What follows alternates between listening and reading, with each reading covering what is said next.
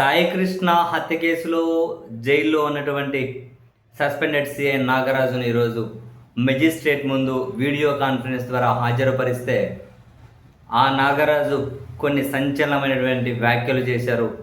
ఈ లాకప్ డెత్తో సాయికృష్ణ హత్యతో నాకేమీ సంబంధం లేదు, నన్ను కావాలనే ఇరికిస్తూ ఉన్నారు, బలవంతంగా ఈ కేసు ఒప్పుకోమని చెప్పి నా మీద ఒత్తిడి తీసుకొని వస్తున్నారు అని, నాకు సంబంధం లేని కేసును నాకు అంటగట్టే ప్రయత్నం చేస్తూ ఉన్నారు అని నాగరాజు వ్యాఖ్యలు జడ్జి గారి ముందు. అని అంతేకాదు, నాకు ప్రాణహాని ఉంది అని చెప్పి కూడా సస్పెండెడ్ సిఐ నాగరాజు మెజిస్ట్రేట్ ముందు చెప్పారు. సో ఈ విషయాలన్నీ లిఖితపూర్వకంగా మాకు సమర్పించండి అని చెప్పి నాగరాజును జడ్జి గారు కూడా ఆదేశించారు. లిఖితపూర్వకంగా ఈ విషయాలన్నీ ఇవ్వండి అని. ఆ హత్యతో నాకు సంబంధం లేదు, లాకప్ డెత్తో సంబంధం లేదు, నా ప్రాణానికి హాని ఉంది అని చెప్పి నాగరాజు చెప్పడం ఇది మరింత సంచలనం.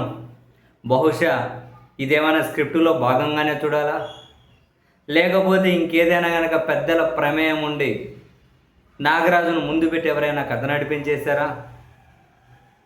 ఇప్పుడు ఈ కేసులో ఇంకేమైనా సంచలనాలు చోటు చేసుకోబోతున్నాయా?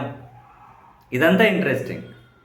ఒక సిఐ నాకు ప్రాణహాని ఉంది అంటున్నారు, నా మీద ఒత్తిడి చేస్తున్నారు, బలవంతంగా ఒప్పుకోమంటున్నారు అంటున్నాడు. నాకు ఈ హత్యతో సంబంధం లేదు, లాకప్ డెత్తో సంబంధం లేదు అంటున్నాడు. మరి ఏం జరుగుతుంది? ఇప్పుడు ఒకటైతే ఫ్యాక్ట్, ఇది సిఐకే పరిమితం చేస్తే డెఫినెట్లీ జనాల్లో అనుమానం కూడా పతాక స్థాయికి పోతుంది. ఒక సిఐ 18 నెలల సీసీటీవీ ఫుటేజ్ పోలీస్ స్టేషన్ది తీసేయగలుగుతారా? అది కూడా విజయవాడ అనే నడిబొడ్డును, అటు ముఖ్యమంత్రి కార్యాలయం, ఇటు డీజీపీ కార్యాలయం, అందులో హోంమంత్రి కార్యాలయం. మరి దీని వెనకల మోటో ఏంటి, ఎవరున్నారు అనేది వెరీ బిగ్ క్వశ్చన్. ఇప్పటివరకు ఆ ఎవరున్నారు, మోటో ఏంటి అనే దాని చుట్టూ విచారణ సంస్థలు కానీ ముందుకెళ్తున్నట్లు లేవు. మరి ఈ క్రమంలో సీఎం నారాజ్ చేసిన వ్యాఖ్యలు.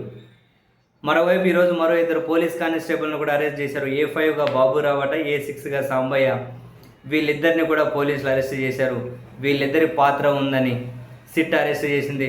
వాళ్ళకు 14 రోజులు రిమాండ్ ఇస్తే వాళ్ళు గన్నవరం జైలుకు తరలించారు. ఏం జరుగుతుందో ఫైనల్గా న్యాయస్థానాలే తేల్చాలి, మరింత పారదర్శకమైన విచారణతో చూద్దాం.